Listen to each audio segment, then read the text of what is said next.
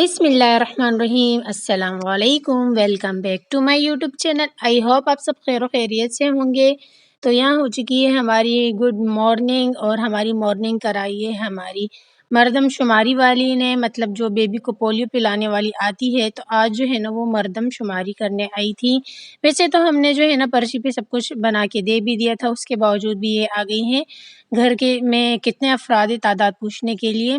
मैं सो रही थी, अब्बू ने दरवाज़ा खोल दिया तो फिर जो है ना ये आ गई हमारे रूम में, और अम्मी, मेरी सिस्टर, हम सभी फिर उठ गए थे।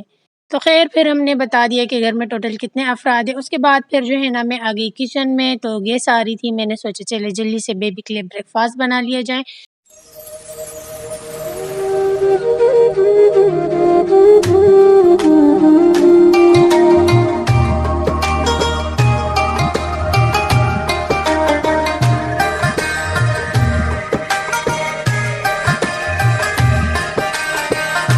तो जी यहाँ पे अब मैं छोटू सा पराठा बनाने लगी हूँ अपनी बेबी के लिए। गैस अच्छी आ रही है तो पराठा भी जो है ना सॉफ्ट बन के तैयार हो जाता है। तो ये देख सकते हैं माशाल्लाह से बहुत ही सॉफ्ट बन रहा है हमारा ये पराठा। अंडा मैंने पहले ही बना लिया था। तो बस अंडा पराठा दोनों जब रेडी हो जाएंगे तो मैं अपनी बेबी को ब्रेकफास्ट करवा दूँगी और इसके बाद फिर मैं नमाज़ पढ़ूँगी। तो रूम में मैं आ चुकी हूँ वज़ू बना के। अम्मी नमाज़ पढ़ रही है तो यहाँ मैं बैठ जाती हूँ, अम्मी की नमाज़ कंप्लीट होने का वेट करती हूँ।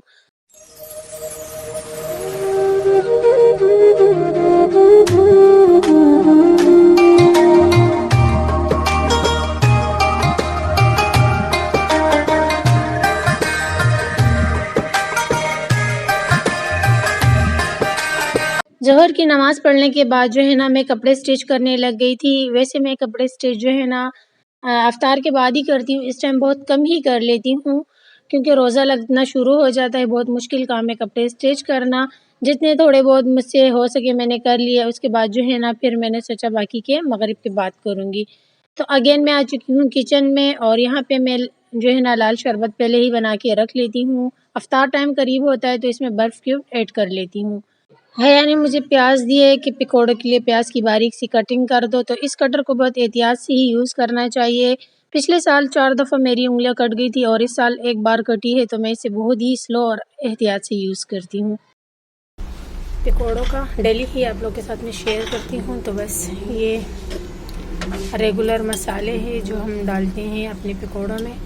अच्छा, सूखा धनिया हमारे घर पे ख़त्म हो चुका है, इस वजह से ना सूखा धनिया आजकल इसमें नहीं जा रहा। लाल मिर्च पाउडर है, कुटी हुई लाल मिर्च है, हल्दी पाउडर है और सोडा है, नमक है। बस इतनी सी चीज़ें जाएंगी और जो है ना ज़्यादा इसमें कुछ भी नहीं जाएगा। सिंपल सा मसाला है, सिंपल सा बैटर है और मज़ेदार से पकौड़े बना लेती हैं।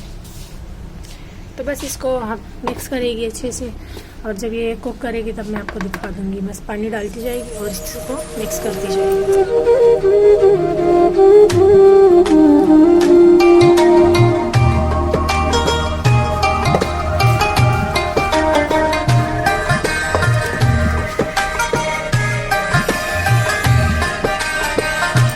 तो हया ने यहाँ पे पकौड़े तलने स्टार्ट कर दिए हैं। आज फिर से मैंने दही बल्ले बनाए हैं, और दही बल्लों की मैंने वीडियो रिकॉर्ड नहीं की क्योंकि काफ़ी दफ़ा पहले कर चुकी हूँ।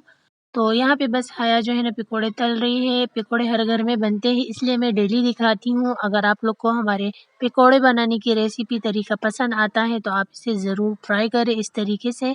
देख सकते हैं माशाल्लाह से कितना आसान सा बैटर है, बिल्कुल सिंपल सी रेसिपी है और बहुत ही मज़ेदार से पकौड़े बन के रेडी हो जाते हैं।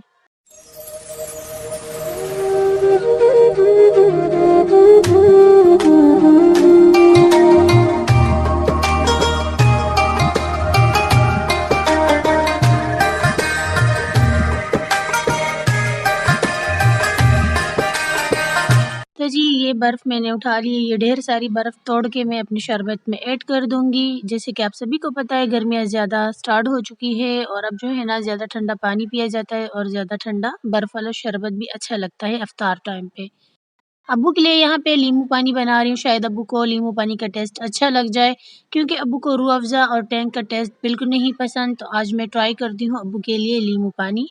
और हया के पकौड़े रेडी हो चुके हैं और मैं आ चुकी हूँ दस्तरख़्वान पे, और यहाँ पे जो है ना हमारी इफ्तारी लगेगी। अफ्तारी लगने से पहले जो है ना ये सारा का सारा जो शरबत मैंने रेडी किया है इन गिलासों में निकाल देती हूँ। पहले मैं हाफ़ गिलास निकालती हूँ और इसके बाद जो है ना फिर मैंने जो बर्तन में बर्फ़ और पानी रखा हुआ है उसे फिर मैं ऐड कर देती हूँ अपने जग में। तो कुल मिला के मतलब 1.5 जग हमारा शरबत का बन जाता है और बहुत ही मज़ेदार शरबत ठंडा यख़ शरबत होता है। अफ्तार के टाइम पे इसे पीने में बड़ा ही मज़ा आता है।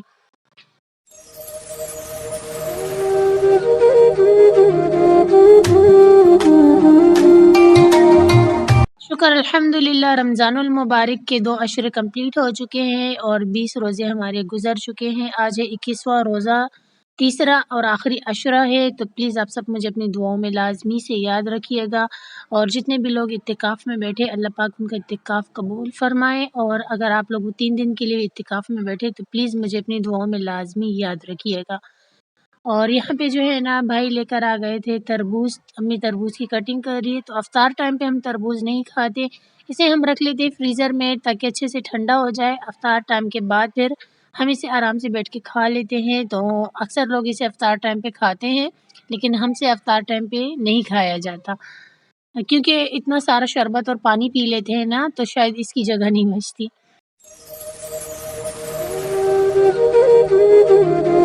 लेकिन वैसे ये तरबूज़ हमें खाना बहुत ज़्यादा पसंद है और अब अम्मी ने इसकी कटिंग कर दी है तो मैं इसे ले जाके रख देती हूँ फ्रीज़र में ताकि ये अच्छे से ठंडा हो जाए और जब ये ठंडा यख़ होता है तो खाने में और भी ज़्यादा अच्छा लगता है। तो आज हम 10 मिनट पहले ही इफ्तार के दस्तरख़्वान पे आके बैठ गए थे और यहाँ पे हम दुआएँ मांग रहे थे अल्लाह पाक से, अल्लाह पाक हम सब के नसीब अच्छे करे, किस्मत अच्छे करे, कारोबार में बरकत दे, खैर दे। अल्लाह पाक हमारी दुआ को कबूल फ़रमाए, सबके हक़ में अच्छा करे, आमीन सुम्मा आमीन। जितनी हो सके आप इस टाइम पे दुआ मांगा करें, अल्लाह पाक लाज़मी से कबूल फ़रमाता है। नमाज़ पढ़ने के बाद जो है ना और तस्बीह और सबक भी मैंने पढ़ ली। अब मैं आ चुकी हूँ किचन में डेली की तरह चाय बनाने के लिए। तो चाय जो है ना यहाँ पे मैं बनाने लगी हूँ, इसके बाद फिर मैं जाके वापस रूम में जाऊँगी और कपड़े स्टिच करूँगी क्योंकि कम ही दिन रह गए हैं और कपड़े जो है ना मेरे पास अभी काफ़ी पड़े हुए हैं घर वालों के, तो वो स्टिच करना ज़रूरी है। लास्ट के 2 दिन से पहले ही इंशाल्लाह मैं चाह रही हूँ कंप्लीट हो जाए क्योंकि बाकी की भी लड़कियों के बहुत सारे काम होते हैं ना, इस वजह से कपड़ों को जो है ना चाँद रात से 2 दिन पहले ही मैं चाहती हूँ कि कंप्लीट हो जाए इंशाल्लाह।